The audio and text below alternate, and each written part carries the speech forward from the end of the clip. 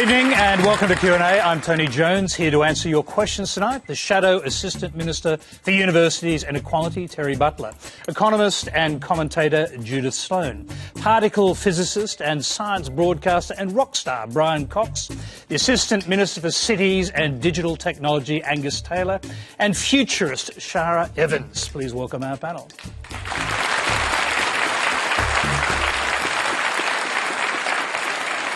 Thank you. Q&A is live across Australia on ABC TV, iView and News Radio at 9:35 Eastern Daylight Saving Time. And you can stream us around the world on YouTube, Facebook and Periscope. Well, we've got some great science questions for Brian.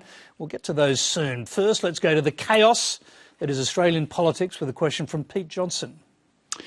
Good evening. Do the pollies take the public as total mugs? I considered standing for the Senate, but desisted due to the dual citizenship rules. Now, if a mere mortal such as me is aware of the relevant laws, how on earth can it be that politicians fail to even ask questions of their parties and the legion of cronies and so-called political advisers? They all knew, or should have known for years, and kept it as their grubby secret. When will any, just any of our elected representatives of any shade finally and genuinely respect, rather than show utter contempt for the people to whom they are supposedly accountable? Angus Taylor.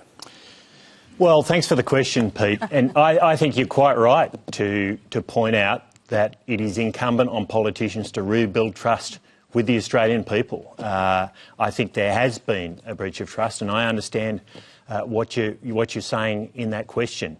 Now, there's no quick fix. Do you understand his point? He's basically saying there's a kind of conspiracy here to hide this grubby secret from the public. Well, I don't think there's a conspiracy, but I think you're fair to point out that there's been a breach of trust. And so the critical thing for every member of Parliament now is to come clean. That is the crucial thing to do, because that's how we rebuild trust. Every one of us has to look at our own circumstances and come clean with the Australian people. It's been disappointing to me that that hasn't happened as quickly as it should have. I think it's incumbent now on everybody to do that, and that includes the members of the Labor Party. And I still feel as though Bill Shorten is hiding dual citizens in the basement. It's time for everyone to come. So you're accusing Labor of having a grubby. Well, I'm saying I said, Tony, everyone needs to come clean on this. We've got to rebuild trust. December as a date for disclosure. We had to drag you to that date, the 1st of December. We didn't have anything to hide because our processes sorted this out before people ran. You guys just seem to ignore Section 44. Well, that's in theory, Terri. I mean, there are at least 4 politicians who are very likely, from the Labor Party, who are very likely to be sent to the High Court for judgment. All the people you're talking about, Tony, had taken steps to renounce, and the reason they did is because our processes vet people. We check on these things. People take steps. These guys did nothing. They pretended it wasn't even there, and then we had to drag them kicking and screaming to the 1st of December. How do we get to this position, though, when it's these guys, not our guys, when ultimately the High Court will make that judgment? Because, Tony, what you're seeing is a bunch of Liberals and Nationals, including one Liberal and one National by-election, that weren't eligible to run for the Parliament. Now, I know they like to try to say that this is an everyone problem, but the fact is we had serious professional processes in place, and you can see that because anyone that they can throw a cloud over on our side already took steps to renounce before the election. Well, I'll quickly go back. You obviously want to make a point relating to that. Well, I do, Tony. I mean, it is for the High Court to define what reasonable steps are, not for the Labor Party. And it is very clear that Justine Kay was a dual citizen, was a citizen of the UK when she was elected to Parliament. And that is a very serious issue. It's an issue that the High Court will decide, not the Labor Party. But Angus, implicit in what you're saying is that she took steps, but John Alexander didn't take steps, Fiona Nash didn't take steps. Well, you can take whatever steps you like, Terri, but they've got to be the right steps. Well, and that's how we re-establish trust. Our side was looking at how you deal with this. All right, can I just say that arguing between yourselves probably won't work? That's right. No. Bring in someone else. Judith Sloan, just take the Labor Party's case for a moment. There is a High Court judgment, 1992, the Sykes-Cleary case, that might give them some hope. Does it give them real hope? Well, I think Angus is completely right in the sense that it's not absolutely clear what reasonable steps mean, and, you know, you might be right that the Labor Party, you know, took some baby steps, but they may deem to be inadequate. I don't think baby steps, though. Well, I think, you know, I think the fact that we had one parliamentarian who was clearly a dual citizen at the time of election is an issue for you. And it seems to me that, going back to this issue of trust, isn't it something you should actually not be fighting about? No, I agree. And say, I actually don't like this provision in the Constitution. I mean, people who were born overseas or who have parents who were born overseas, why should they be feeling second-class citizens? I think this is not what Australia's about. Let's just go to the other end of the panel. Now, Shara, you are, in fact, a dual citizen. I am. mean, how does this look? You're an American and an Australian. Yes. How does this look to you? It seems rather ludicrous to me that somebody would actually be running for office knowing that it's not legal, aside from, you know, whether or not we should make it legal. But if it's not legal to run as a dual citizen and you know you're a dual citizen, then why run in the first place? Now, Brian, I said in the promo, with your sort of long search through the universe for aliens, you never would have imagined finding so many in the Canberra Parliament. Last time I was on here, I didn't know that Malcolm Roberts was a fellow Brit. That might have been nice. It is. We don't have that. Treat him like he was an alien. We don't have that provision in the UK, though. And as you say, I suppose the point is that whilst the logic of it, I think, probably should be questioned. It's an unusual thing. But having said that, as you said, the fact that lawmakers have to abide by the law and operate within the framework as it exists at the time and then change it in Parliament. Oh, that's definitely... Well, the only way we could change this one is having a referendum, and no one seems willing to do that. That's right. Don't have one of those. Right, we did that. Another $100 million. Yes, this is not one to leave the universe. This is something else. I'll just quickly go back to our questioner. Now... You've heard what the politicians have said. You're obviously pretty angry about this. Do you accept their explanations? I find it inconceivable. I think, you know, every minister, every MP has so many political advisors, maybe family and friends in the office. You know, nobody ever advised them that this was a problem. Well, this is my Nobody point. saw it coming. I mean, sorry to interrupt you, sir, but this is actually my point. I mean, in the Labor Party, we filled out paperwork this thick to run for federal parliament. It was vetted by our state branch, our federal branch. And now it's going to be vetted by the High Court. And when people were vetted, and as is very common, they had a parent who was from overseas, then of course they were advised to take steps, and they did take steps. Can I just go, Pete, you've come in here quite angry about this. Do you think this can only be resolved by dissolving Parliament and having a fresh election? Not necessarily, but it's just an endless chain of events, isn't it? Like, you know, with the MPs having their various properties or the expenses scandals, Choppergate, you know, it's always, it doesn't meet community expectations, we're ever so sorry, you know, it won't happen again. It's just quite ridiculous, I think, and I think most people think that. If I ask you this, do you think that this process where everyone has to disclose by the 1st of December will go some way to restoring confidence in whether or not people are eligible to be in the Parliament, at least as a start? Until the next scandal, you know. Angus, can I just ask you, wouldn't it be the easiest thing now for the Governor-General to step in, dissolve Parliament, and instead of having a whole series of staggered by-elections that go for a long time into next year, just have an election and resolve everybody at once? Well, I don't think the election resolves the issue. What resolves the issue is people fessing up on their citizenship. Yeah, but once they do, we could be 8 or 9 people down the track. Well, let's see. But that's what has to happen, Tony. And you are absolutely right, Pete. Look, you know, if we are to re-establish trust with the Australian people as politicians, and that is the job of every one of us to do that, and that means coming clean, and that is the only way we'll resolve the issue. But that doesn't, I mean, his point is, and I don't want to put words in your mouth, but his point is this come clean process that's been created where everyone discloses by the 1st of December, that only deals with this issue. You're saying this is an example of a much bigger issue of trust where people think that elected members of Parliament are just not going to do the right thing. And so we actually have to, in order to deal with that, not just deal with citizenship, but deal with the standards of conduct that people engage in public life. Terri Butler, should there be an election? Oh, I think there should be, actually. I think that's pretty clear. And it does resolve this issue because nobody's going to be silly enough, I wouldn't have thought, to run for the next general election without getting... Would you, as a Labor MP, be happy to see the Governor-General step in and dissolve I don't Parliament? want to see a dismissal.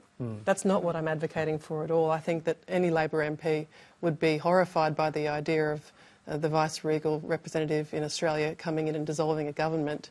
But Malcolm Turnbull could very well do the right thing and call an election. And that does a quick one to Judith. Election or not? I mean, is this the best way to resolve it with so many cases pending? I don't think so. I mean, Peter, I wish it were simple. I mean, you see the case of my friend Josh Frydenberg, whose mother came here stateless from Hungary, who may be unwittingly roped into being a Hungarian citizen without his knowledge. Well, the trouble is each case is individual. I mean, it seems to me if someone's born overseas, clearly they kind of got to work it out. If your parents are born overseas, that becomes a bit more complicated. So that's the only thing.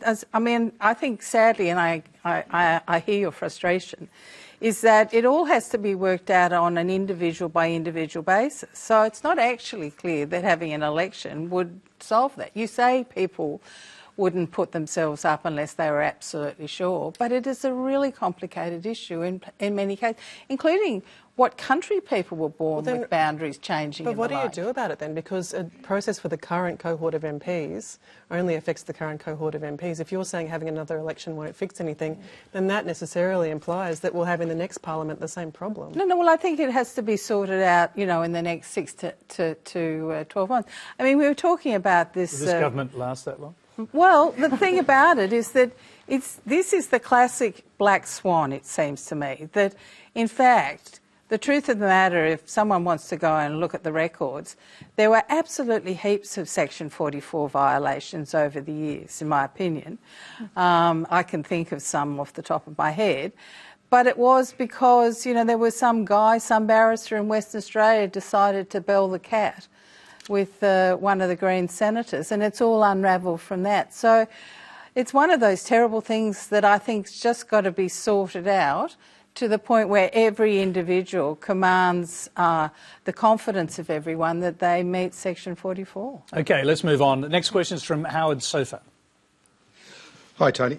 With the Liberal Party not standing up for their traditional values and the Labor Party abandoning its traditional base for populist and identity politics, why are we so surprised at Pauline Hanson's high polling numbers? Angus Taylor. Yeah, look... I understand the question, Howard, and to me, the Liberal Party side of it, which is the part I can talk about, I'll leave the Labor part to Terri. Thanks, Angus. The key to the Liberal Party is this fusion, this combination of classical liberalism and conservatism. We have always been at our best when we're like that. I don't think we've abandoned it. I think we have those two parts of the party, and the main thing, as we just saw in the Four Corners, the Four Corners documentary, is to keep that balance. If we keep that balance... Are you out of balance at the moment? No, I don't think we are, actually. Tony Abbott says you are. Well, I don't think we are. I think we have a balance. There will always be, as there is in the Labor Party, tensions between people with different points of view. That's a good thing. That's what democracy is all about. But it has to be that balance between those two traditions, those two great traditions, which have served our party so well for so long. That was a question at the heart of it was the rise of One Nation, which you've neatly avoided. I haven't. Does the Liberal Party reject the rise of One Nation? Will you reject One Nation as they gain more power? If we are the home of both classical Liberals and Conservatives, we are the home of people who might otherwise choose to vote One Nation, Tony. And this is the key, is that we have to get that balance right. I think we are getting that balance right. Do you have a certain respect for the values of One Nation? No, I have respect for people who are Conservatives, many of whom live in my electorate. They are good people. They firmly hold their beliefs. And we should show them respect, and we should incorporate people with those beliefs in our party. Yes, but you're not incorporating them, you're giving them your preferences in Queensland. No, I'm talking about Conservatives, not One Nation. 50 seats in Queensland are being preferenced, Liberal preferences are going to One Nation ahead of the Labor Party. Well, I'm not going to speak for the Queensland Liberal Party. I represent the federal Liberal. Well, it's indefensible. You can say whatever you like, Terri, but I speak for the federal Liberal Party, and the truth is that as long as we get that balance right, I think there is room for that broad church within the Liberal Party. All right, Terri Butler, the rise of One Nation in Queensland must be concerning for both parties. Well, look, I think, you know, you can talk about Liberal values and the Labor Party's values, but if you want to talk about what One Nation is, One Nation's the home of drama. I mean, they've got more drama than an episode of Real Housewives. And I don't think they have values. I think they're a collective of opportunists. And that's what we're really seeing in Queensland. And it is indefensible, frankly, for the Queensland Liberals and Nationals to be preferencing to them.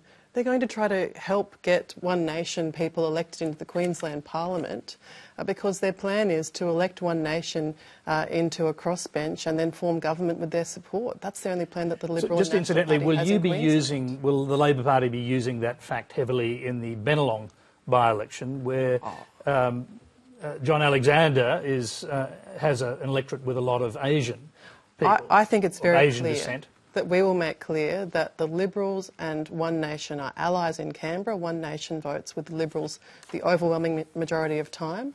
And we will also be pointing out all of the things that the Liberal National, that the coalition government has sought to do, including in relation to citizenship and tests around English speaking and values. And I think that people in Bennelong will be concerned about the multicultural policies of this Turnbull government and its closeness to One Nation. Judith. I think it's really important for us not to be too parochial in thinking about this. I mean, this is actually, and Brian, you would no doubt have views on this from the UK and Shara in the US, that there is, I think, a splintering of political support. We're getting this fragmentation. It seems that almost instead of the dominance of the big parties, we're getting sort of tribes essentially moving away, feeling that the big parties are, dare I say, Angus, a bit of a blancmange. You say you're trying to keep the classical Liberals and the Conservatives together, but there's a price for that. And so if there's a stronger voice, for example, for the Conservatives, there is always a risk that they will splinter off. And this is happening around the world. And it's also, I think, it's connected to social media, isn't it? Because it's now possible to have voices which are directed to these tribes in a way where we used to have, broader popular culture, broader press and broader media. You know? Brian, what do you think about that? I mean, One Nation is effectively Australia's UKIP, if you want to put it that way. Absolutely, you're right. This fragmentation is happening across the world. I read an interesting series of lectures by Robert Oppenheimer. So he was the father of the atom bomb. And in '53, he did a series of lectures called the Reith Lectures for the BBC, in which they were disappointed at the time because he didn't talk about the atomic bomb at all. And I think they thought he was going to. He talked about what thinking in a scientific way, or like you're thinking in the way you're forced to do by nature as a scientist, what that can bring to politics. And he drew, I thought, a really powerful distinction. He said that, so let's say very quickly, I'm not going to give you a lecture on quantum mechanics, but very quickly, in quantum mechanics, one of the things you're forced to do, because that's the way that nature behaves, is to consider sometimes a little particle as a little billiard ball that bounces around, but some other times it behaves a little bit like a wave. And so you have this, it used to be called complementarity, complementary descriptions. And he made an analogy. He said, well, in political philosophy, so let's say conservative political philosophy, you may well weight the freedom of the individual above all else. So you'll start almost with an axiom of freedom of the individual, and you'll build in a cohesion, community cohesion. Whereas if you go to the left of politics, you may well take community as a basis, certainly if you're a communist, if you're way over there, and then you might build in a bit of freedom. And he said, no, if you think scientifically, you have to hold those two, what we might call orthogonal, or almost contradictory ideas in your head at the same time in order to get a complete picture of the way that a country must be run. That's the way that you prevent tribalism. So it almost mitigates against a very polarised two-party system, because he was arguing that you have to hold simultaneously these competing views. I suppose Oppenheimer would have had to have held competing ideas in his head when he thought that the atom bomb equaled peace. Well, I think that was one of his motivations, actually, because he felt very strongly that the power that science and engineering and thinking in this way had delivered to politicians would not be handled by the political structure. And he was actually wrong. He felt, he was surprised in 1953 that we were still here, and we're still here now. So actually the political systems we have in the world did manage so far to control that power. And we're still here for other questions. We've got another one from Jess Lees. Last week, self-described working-class patriots posted a video of themselves hurling racial abuse at Sam Dastyari to Facebook. It's long been a calling card of alt-right nationalists that their right to vilify and promote bigotry is protected by freedom of speech. How, in an age of instantaneous media communication, can we censor bigotry and discrimination, especially when prominent figures such as Pauline Hanson refuse to condemn those who participate in hatred and division? Shara, can I bring you in? I guess we are living in the future when two overtly racist gentlemen with an iPhone film a racist encounter with a politician of Iranian descent.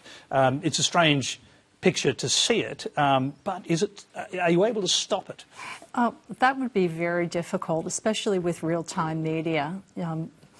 For instance, if you think about Facebook or Twitter or any other social media outlet, once that video is out there and someone else retweets it or reposts it, how do you then stop all of those repostings? It becomes a near impossible problem in real time.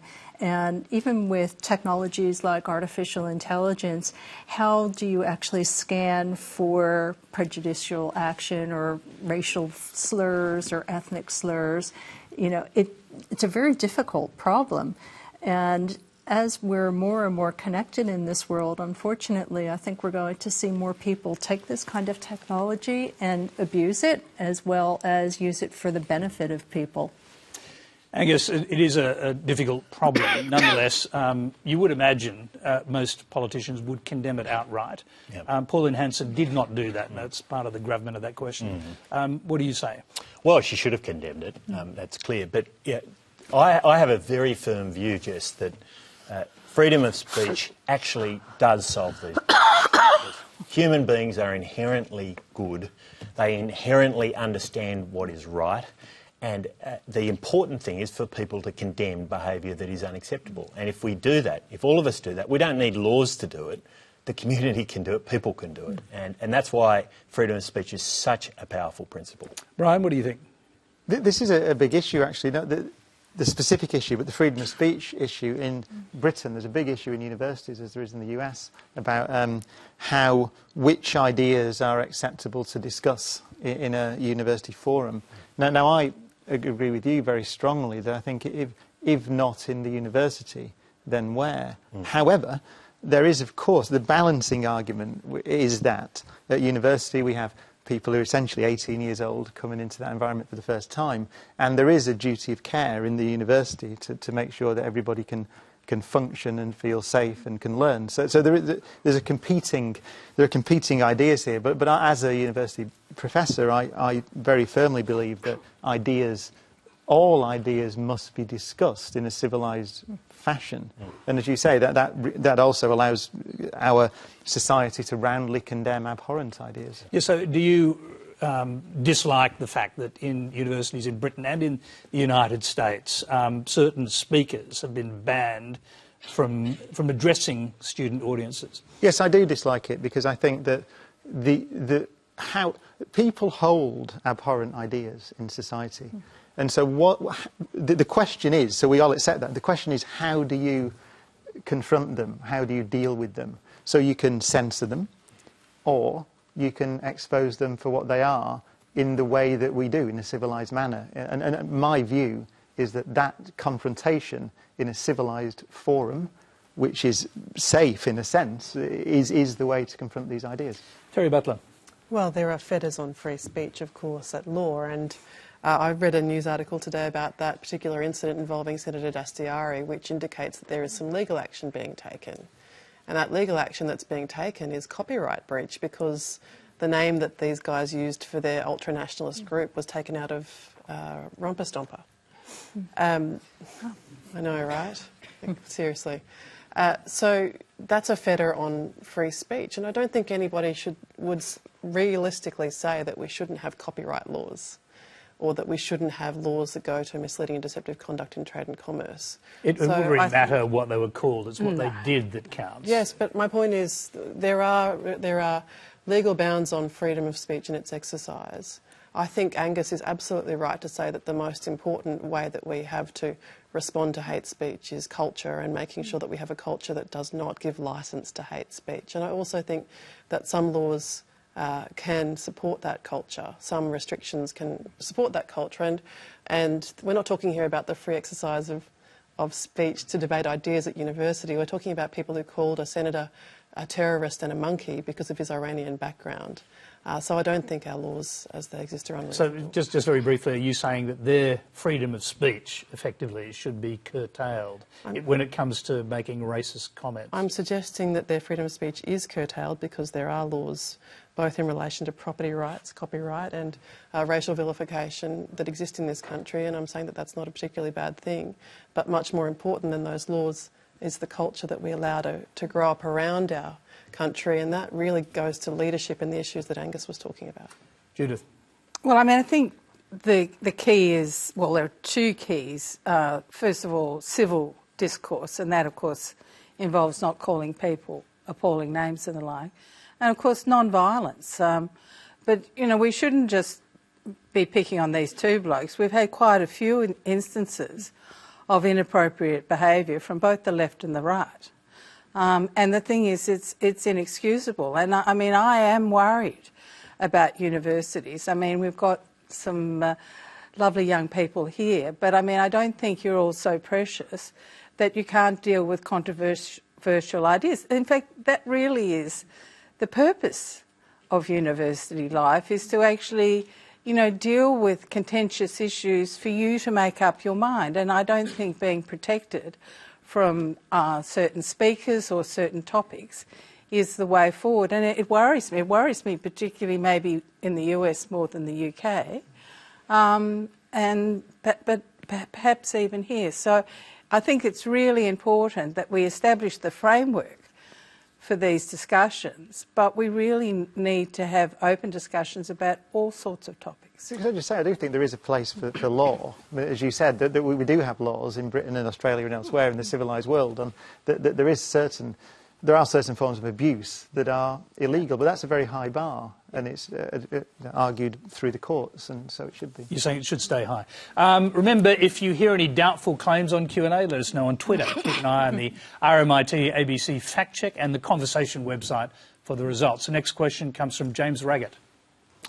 Hi, my question is for everyone on the panel.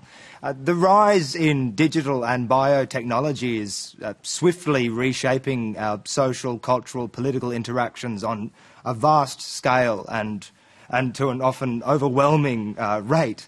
I wonder if you could talk about the kinds of legislation we should be discussing over the coming decades to not only keep up with but safely manage the threats, ethical and practical, that these changes pose to the human race, and what kind of consequences we should expect if we don't step up to that challenge.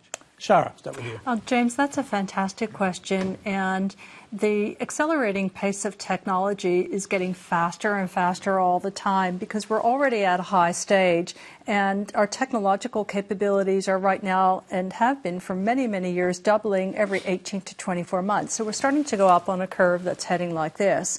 And that means that technologies like artificial intelligence and robotics suddenly will start taking over jobs, routine things, repetitive processes that many people wouldn't be expecting to happen so quickly.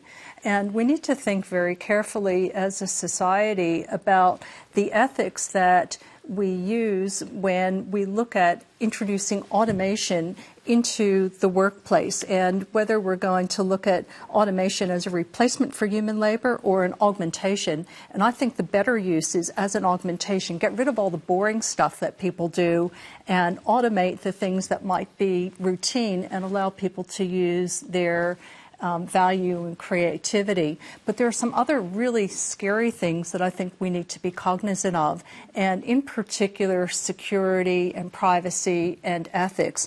Because when you have artificial intelligent networks, particularly with a technique called deep learning, you have software that is basically allowing big data to be fed into these AI software constructs. And it may be social media data, YouTube videos, it could be databases, all sorts of things.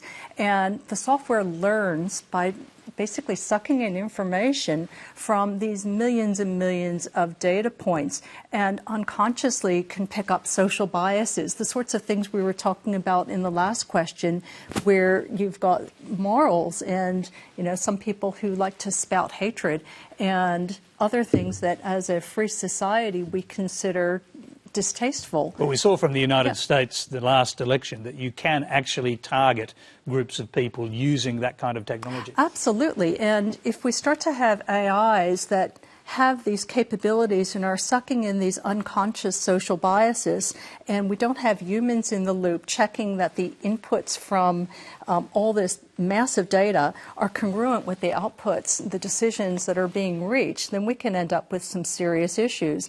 But there are also things like privacy, and here I'm thinking of the growing dominance of technologies that are voice-enabled, things like Amazon Alexa or OK Google or Siri or all these other digital assistants that are always listening, always recording, and in some cases selling the data to third parties. And it's not just on an individual basis that we need to consider these technologies, it's also on a business basis too, because if you've got a smartphone and it's always on, always listening, and you're in a boardroom and you're discussing a potential merger and acquisition, and that data is being recorded and possibly on sold, there are some serious ramifications because the company may not even know it's happening. Well, let's ask Angus Taylor.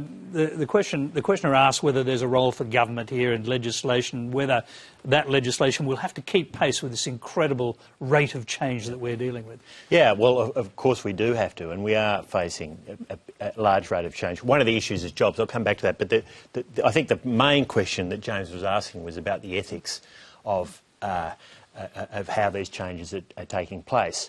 The way I look at it, and the way the government is looking at it, is the starting point is that the customer or the citizen must be in control of their data.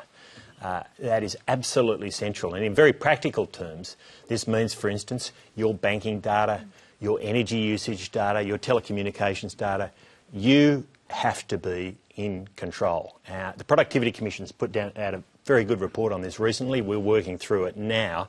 But that's the fundamental principle. And if we start from that principle, then I think a lot of the ethical issues are much easier to deal with as long as we start from that point. Isn't the whole point that Shara was making, that these huge corporations, Google and you name it, are actually designed to get around your privacy? Well, so this is a big issue, and the customer being in control of their own data, it will come into tension with many organisations that have a lot of data. I'm less concerned. Will you need to regulate it?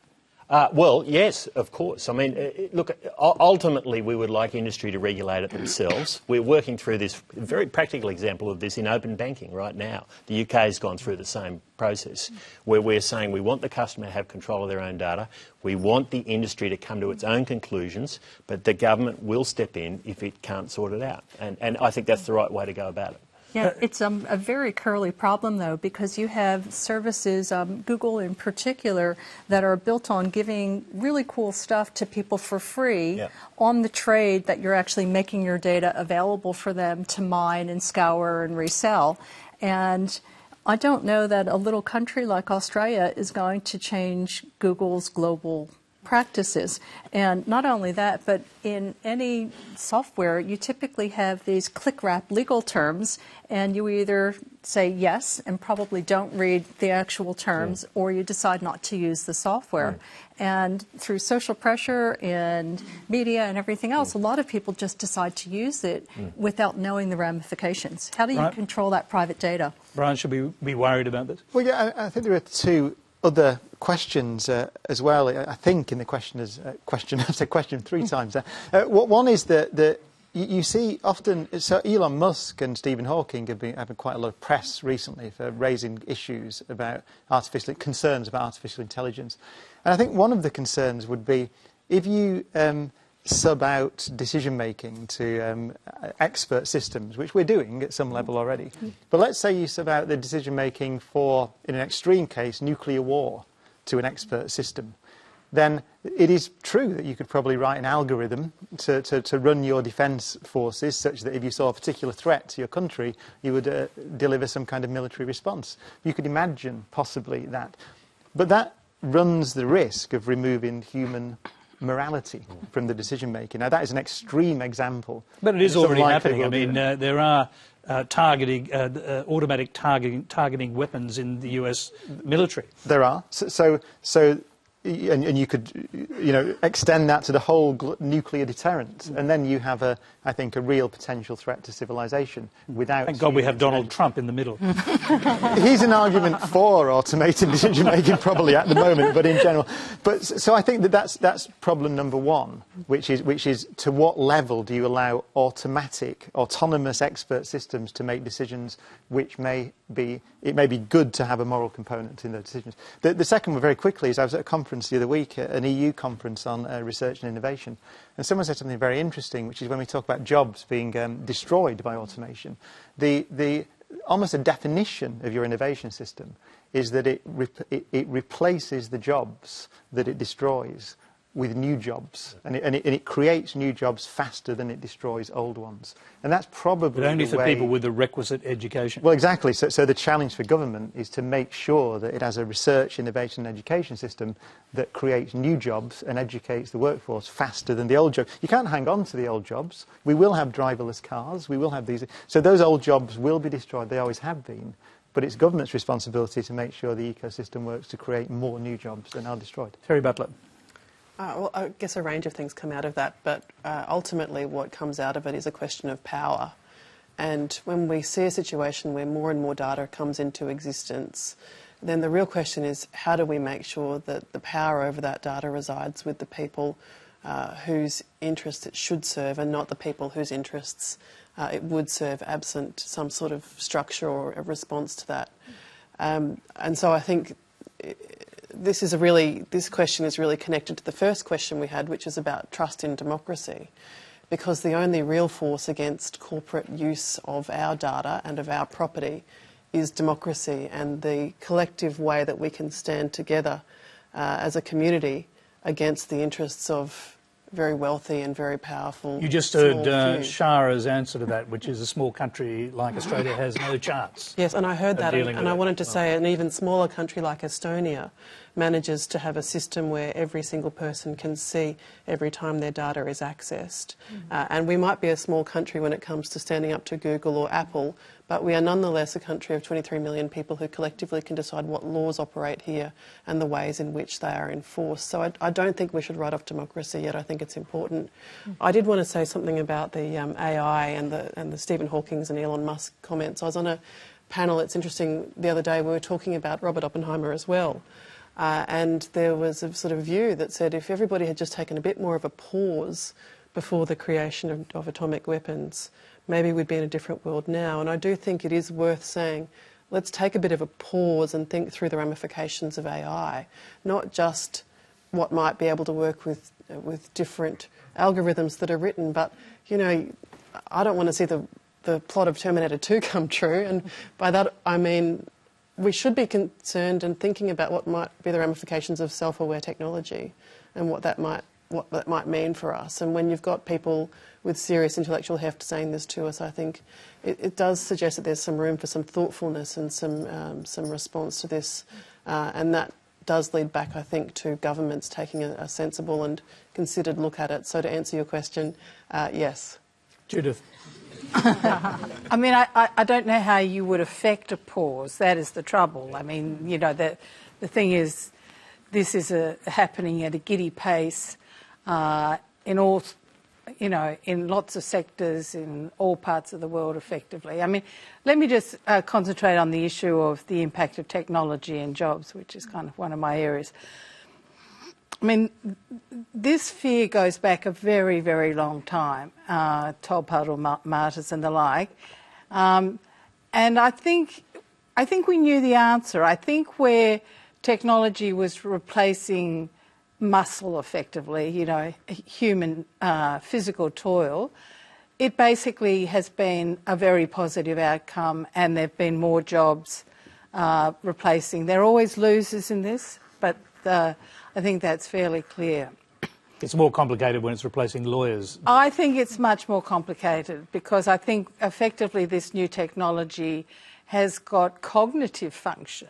You're kind of replacing, certainly for repetitive functions, stuff that requires brain power. So, I think this is a fantastic topic of conversation, but I don't know whether we're going to pause it, but we really have to realise that there will be losers, and they're going to be a kind of group of losers who wouldn't actually necessarily have seen themselves as vulnerable.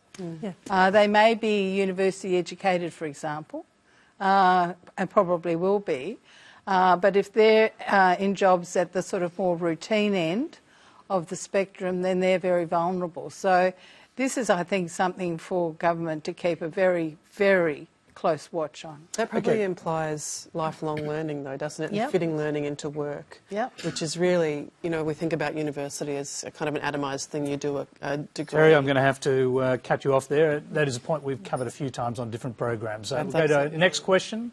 We'll go to orbit with George Jovanovski. Professor Cox, in the context of the world's energy crisis and climate change, you've suggested that we should actually use more energy as opposed to less, and this can help advance societies by particularly improving living conditions in developing countries.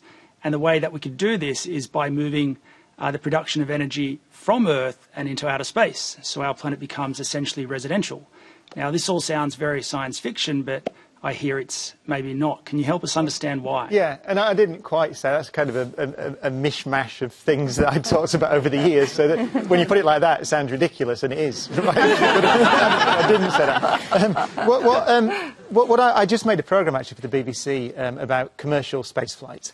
And I was fortunate, I got to speak in particular to Jeff Bezos at some length, who's the Amazon CEO, and has got a company, Blue Origin. I also spoke to Elon Musk.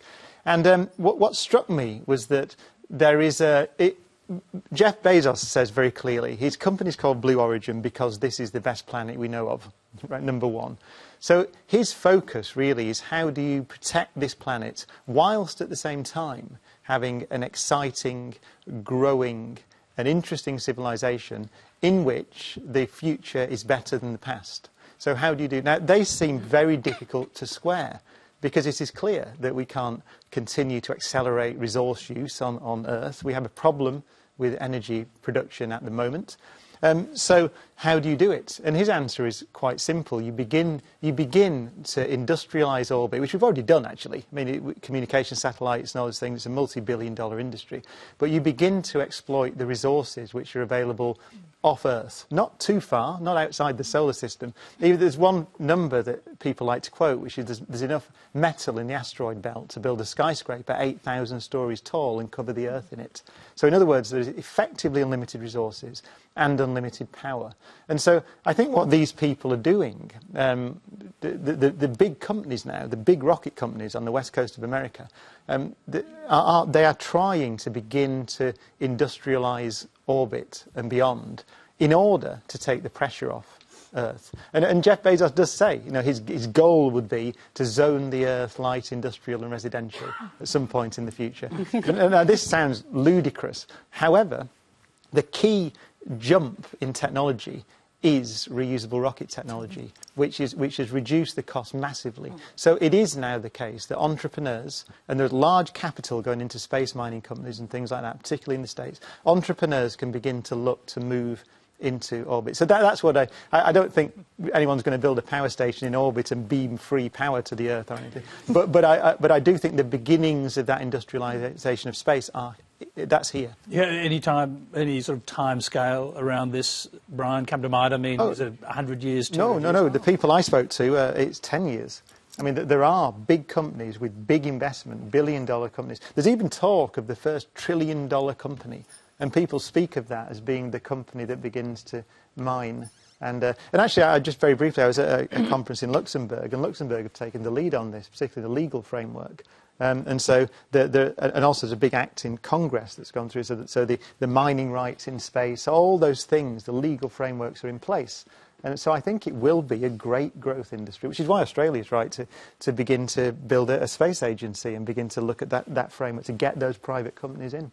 Now, Angus, is that, I mean, are you actually thinking that BHP goes into orbit? I mean, maybe we should put the space agency into the National Energy Guarantee. We can solve a couple of problems there. But look, you know, we are having a fair bit of trouble producing reliable, affordable energy here, so that's got to be our focus, obviously. But I'm a great believer in the potential of technology in time. You can't it's very hard to predict the timelines of these things. If there's one thing I've learned in my commercial career, my business career, is when you predict the timelines, you almost invariably get them wrong. Usually they take a bit longer than you think. But I do firmly believe that technology... Well, we do elect governments to plan for the future. Well, and what you have to do is you have to plan for a future where there's uncertainty. That's the truth, because we don't know how some of these technologies are going to unfold. What I would say is that I think it's crucial that government policy, including in areas like energy, we allow for that uncertainty in technology. You know, one of the points we've always made on energy is allow for that uncertainty. Don't rush it, because technology will have big impacts over time, cumulative impacts over time, and have a policy that adjusts for that. Shara. Now, I was going to say, and agree with Brian, we are in one of the most exciting times in human history when it comes to space exploration, and in particular led by the private sector. And I think your time frame of 10 years is probably about right for the beginnings of real space exploration, with the reusable rockets being the real driver that will make it feasible. One of the things that I recently read is that there is enough heavy hydrogen on the moon to literally power nuclear fusion reactors, which are still in the realm of science fiction, for the entire Earth for tens of thousands of years. You know, if we it's a can long get our time heads... since we put anyone on the moon, though, Shara. Well, but it's possible again now with reusable rockets. But aside from going into space, when it comes to energy, I think we need to look a lot more at renewables too. Solar energy, wind energy. There's a company that's based in Australia called Infratech that is doing floating solar panels that is able to produce more energy from these panels that are in bodies of water than you could get from rooftop solar, because as it turns out, when you cool the solar panels with water, it's much more energy efficient. And they've recently sold the technology into Holtsville, California, which until recently was very drought stricken. And they're buying thousands of these solar arrays, mounting them in lakes and bodies of water, and saving the land for agriculture. And not only that, but they've combined it with water treatment so that you're getting a 2-for-1 effect.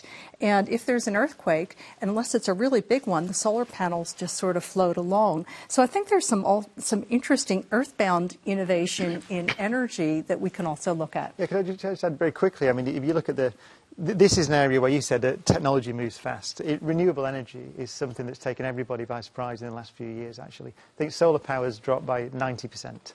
So a lot of the politics around renewable energy is almost becoming redundant, because it's the market driven. I think 2/3 of investment in new power in 2016 was renewables. Why? Well, partly things like the Paris Agreement and things like that, but primarily because it's just getting cheaper, because the rate of innovation is so high. Well, moving to our next question, because they're all related in a sense. It comes from Zach Tan. So this question is for Professor Brian Cox. We've got a whole lot of flat earthers, climate change deniers, and all sorts of conspiracy theorists who don't value the truth and scientific evidence. So surely providing more evidence isn't the answer for these people. So here's my question for you, Professor Cox. How do we engage with these people in conversations to make them question their beliefs and even possibly change their minds? Oh, it's one of the central questions, I think, a very serious question we face as a society. I think the dividing line, one of the dividing lines in society has been between people who understand modelling and sort of understand what it is and respect it to some extent with appropriate cynicism, and then people who don't. And so you see this in economic modelling. So, for example, in the UK with the Brexit vote, there was a wide-scale rejection of economic modelling. Now, we can all argue... Quite rightly so. Well, we can argue about how... Quite rightly so. It was terrible. We can argue about how accurate it is, but same with climate. Just to take that point, not to be deflected too much, but what else can you do? I mean, climate's a good example. I mean, if you're charged with the appropriate question, what will the climate be like in 2050 or 2100 if we carry on with greenhouse gas emissions at this rate? And what can you do? You have to try and answer it. And all you can do is use our knowledge of physics and meteorology to model and see what we get. Now, and you have big errors on there, and they can become smaller as you get better, and so on. So I think we have a job to do in trying to convince people that expertise is you're not to listen to experts like they're some kind of priests on top of a mountain. I mean, science has never been that. Science has always been about questioning the orthodoxy. But at the same time, you wouldn't decide. There's a cartoon in one of the UK papers of all the passengers saying it's our democratic right to land this plane. And I don't care who you are, Mr. Pilot, at the front there, because we think we can do it better than you, so we'll land it. And you end up with a big hole in the runway if you do that. So I think that it's probably, really is... just to finish, it's probably about it's about education, and it's about instilling in people an appropriate amount of trust in expertise.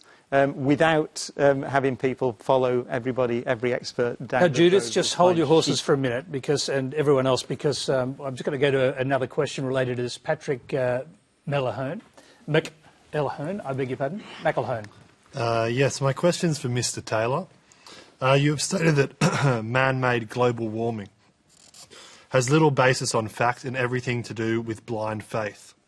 Do you stand by this statement? And if so, please explain why you, as Minister for Cities and Digital Transformation, choose to reject the findings of scientists such as Brian Cox in favour of climate change scepticism.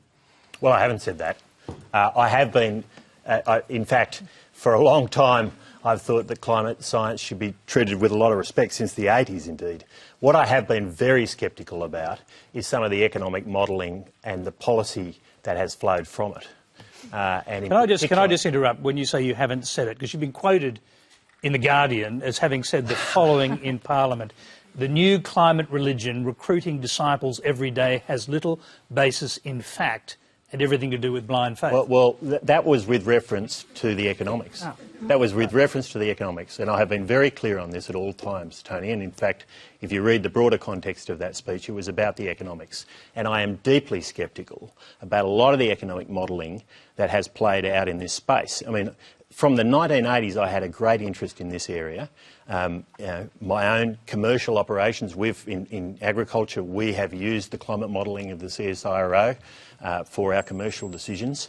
So I respect the science enormously. But what I don't respect is some of the economic work that has been done around it, which has been appalling and has led us. Let me finish, Terry. Which has led us to. Hang on, I'll come to you in a second, Terry. Which has led us to some really dreadful policy. And in particular, we haven't focused on outcomes. We're focused on picking a preferred technology.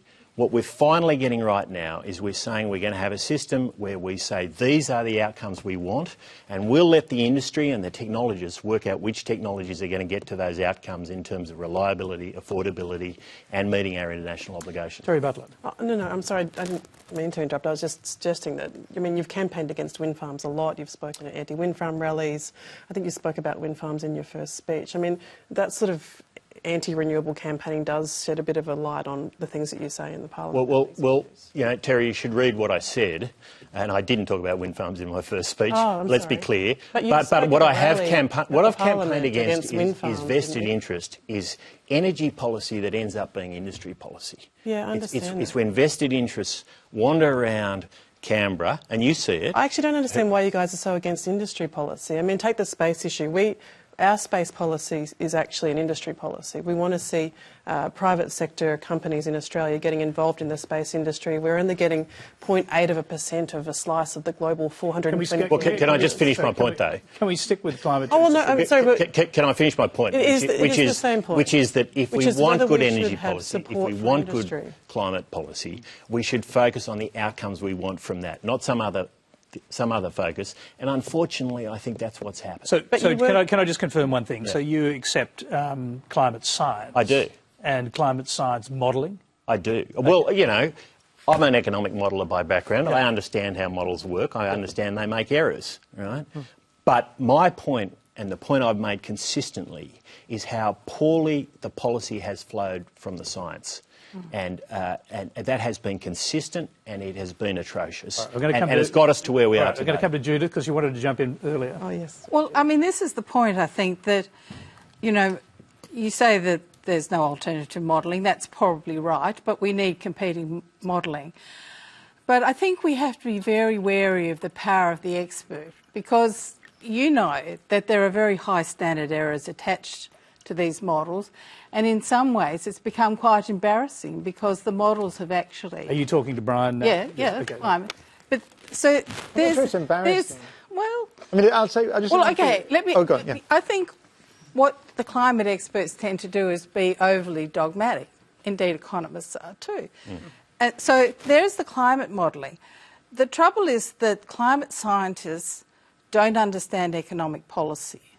And that's, I think, I completely agree with you, Angus. That's where we've fallen down the chasm. I mean, I understand you're a great supporter of nuclear power. That'd be great for Australia. We have laws which ban nuclear power. We have, you know, some of the largest deposits of uranium in the world, and yet we don't generate any electricity from nuclear power. So I think it's important that we listen to the scientists, but we also realise that scientists don't understand policy particularly well, and that's where I think there's been a terrible weakness, partly because I think the scientists have kind of stretched into that area and become way too dogmatic about it. Well, yeah, so it's actually right. I mean, the sense that scientists who advise government do know and are told correctly that policy is separate from the science. Policy is a development, a democratic development in some sense, and there are many strands that feed into it. So I think that's clear. I was just going to say, though, the idea that models, there's a very famous quote, all models are wrong, which is almost certainly true, that none of them describe reality in, perfectly. Out. They wouldn't be models otherwise.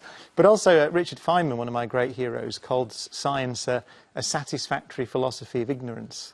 And he turned the idea that we tend to approximate, at best we approximate what's happening in nature in science, into a great virtue. He said that uncertainty, the idea that the world is extremely complex and we do the best that we can, is the reason for the success of science. And it's very difficult, particularly in politics, which is the I suppose the art of the certain in many ways. It's a dogmatic pursuit in many ways.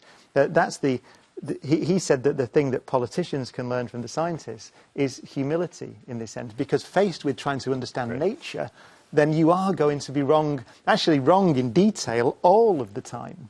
But you've got to be as right as you can be at any one time. And that's why I think we agree on that really modelling, you have to weight it in some sense rather positively, given that it's the best you can do. But then that advice comes to government, and it's absolutely true then that the policy response to the advice is for government. That's what government is for. But as a scientist, I've no doubt that you would have favoured policies which favour renewable energy, which actually make incentives for renewable energy to see it replace... It is true, although I think fossil fuels. Very quickly, I think that the debate has moved on in a sense, because as I said before, I think the economics now is driving renewable installation. It just happens that solar power, for example, has got significantly cheaper. And so you're seeing the market now drive the response. So I almost think it's kind of a dinosaur-type debate now about the attacks on climate science and things. We don't be too... You know, we've got to be careful. Nicholas Stern, the economist, I saw a quote from him. He said that we're at the start of something that might be enough. And he said the two things are at the start of and might be are the important things in that sentence. But we are moving in the right direction. But it's actually now innovation and technology that's driving us in the right direction. Can I just hear from Shara first before you come back in, Angus? Okay. When it comes to renewables, certainly I think that market forces are starting to dominate that. And with climate change, while the detail of the model may be off, I think the general trends are very clear that human population is impacting the climate of this planet. But it may also be a combination of planetary or solar system cycles. I've read a number of research reports that suggest that planets, and indeed, even the sun, goes through very long periods of changes, and it may be this combination of human activity and natural cycles which are accelerating some of the processes that we're seeing. Let's see what Brian says about the rate of change is human-driven. I think that's the broadly accepted now. It's a very, very fast rate of increase. Do you accept that, Angus? Yeah. But I was just coming back to Brian's point, because if you're right, Brian, and I'm not doubting it, then the right job and that's about your point about technology, not about climate science. Then the right approach for the policymaker is to set the objectives, make the industry accountable for those objectives, and then let the technology thing play out in its own way and at its own pace. Well, that's exactly what we are now doing with this National Energy Guarantee.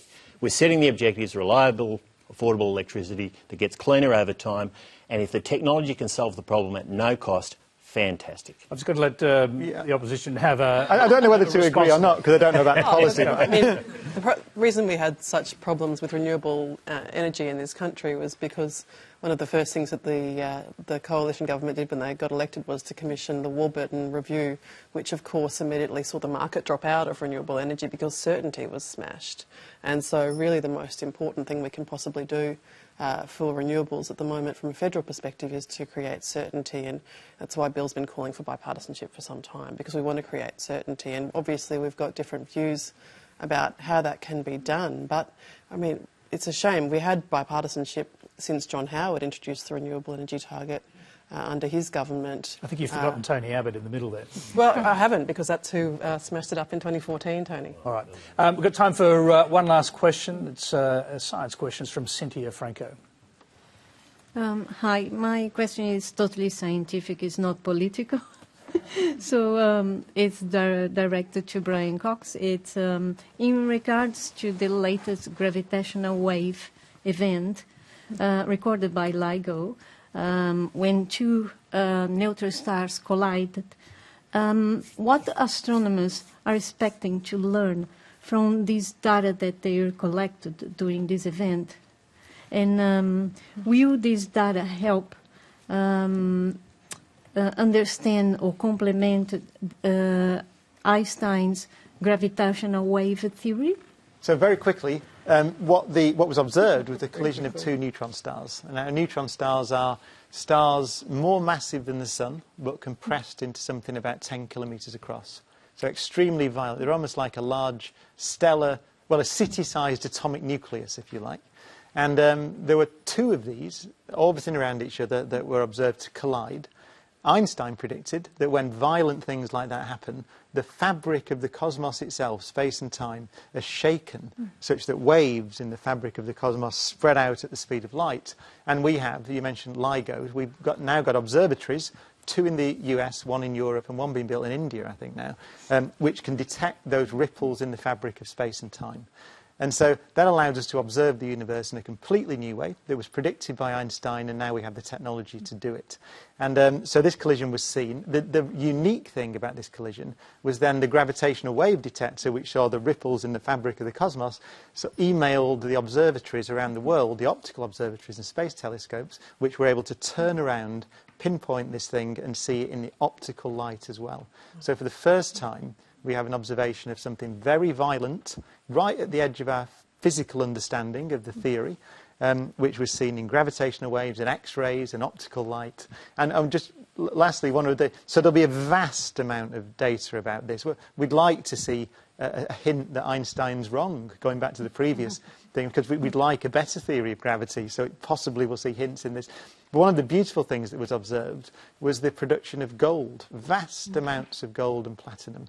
And it's been one of the, not a mystery, but it's not been really fully known and demonstrated where gold and platinum come from in the universe. And now it appears it's correct that it comes from the collision of neutron stars. So your jewellery that you have on now, if you touch it, it came from the collision of 2 neutron stars, most likely 5, 6, 7 billion years ago before the solar system formed. So it's a very beautiful observation. Brian, it's expensive to do this kind of science. And what do you say to policymakers who want to know what they get out of it, who want to know what the actual physical or future scientific benefits are, what concrete thing will come from it? I mean, you could point to the track record, which is science invented civilization, or laid one of the necessary foundations for modern civilization. The point is that we spoke earlier about what a research and innovation policy should do.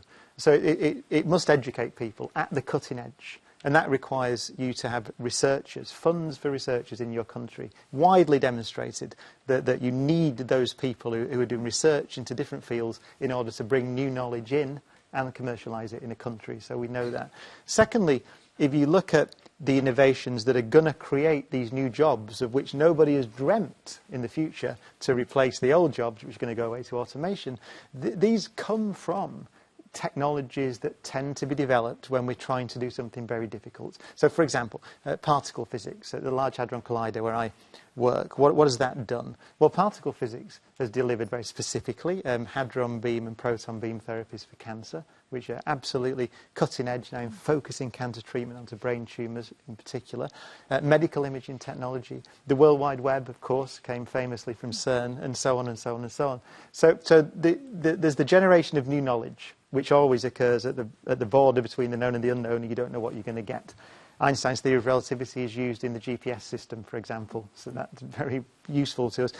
But then also the spin-off technologies, when we do something difficult, tend to be the things that make a big impact. And just to round everything up with the space exploration question, Elon Musk and Jeff Bezos and others always say that the real steps forward, the real innovation in a society, in a civilization, occur at the frontier. And it hasn't been a physical frontier for a long time. Now it can be again. But it occurs at the frontiers of knowledge and at the physical frontier. And you need to get people to that frontier. I just want to hear what our... thank you. I want to hear what other panellists think about it. Angus, starting with you. I mean, do you and does your government accept that pure science, without any obvious benefit, is actually vital in the sense that has just been described? Well, it's not about a lack of obvious benefit, Tony. I think fundamental research, which is what Brian's describing, has a role because there's serendipity there. You never quite know where it's going to go and what it can lead to. And we've seen with technologies like GPS, they emerge from fundamental research in a way we can't always anticipate. And that's why it's right for governments to do a certain amount of it. We also have to do the more sort of further down the value chain type research, the commercialisation and getting that technology out into the field as well, which we've struggled with to some extent in this country, and we're starting to make real steps forward now on this with the strengthening venture capital sector and so on. But that we need the combination. It's the combination that gives you the innovation system that gets to outcomes. It's a healthy ecosystem. I want to go to the Shadow Minister for Universities. Oh, well, we want to see a healthy ecosystem too. I mean, I've certainly, in other roles, had the venture capital sector into the Parliament to talk to parliamentarians about what we can do to improve the ecosystem here. But probably the key policy that we have is that we want to see 3% of GDP being spent on research and development by 2030. It's a really important target that we have. Yeah, same in the UK. That seems to be optimal, doesn't it? So somewhere there's sort of a coalesce, an agreement that about 3% commercial and private sector in R&D. Yeah, absolutely. Shara? I agree with everything that's being said. We need a combination of pure R&D that we don't know what the end results are going to be, as well as the commercialization and venture capital capital for startups. One of the things that I hear from Australian startups all the time is that it's so hard to raise money here, we have to go overseas. And by doing that, we're losing really great talent and really great opportunities. And there are a couple of sectors in Australia that are very cutting edge on a world scale, like robotics. We have some of the best robot labs in the world, but there's very little funding that is coming in to support that nascent industry. And it's a really big growth area that includes artificial intelligence as well as physical robots. I guess you've got 10 seconds. Yeah, that's changing. That's where we've come from. There's no doubt about it. And but it is corporate changing. venture We're seeing rapid growth in this venture capital sector. We need it, and that's a good thing. And our big firms are starting to do corporate venture capital, which is really important as well. I'm sorry, I've got to round it off there. That's all we have time for. Please thank our panel, Terri Butler, Judith Sloan, Brian Cox, Angus Taylor and Shara Evans.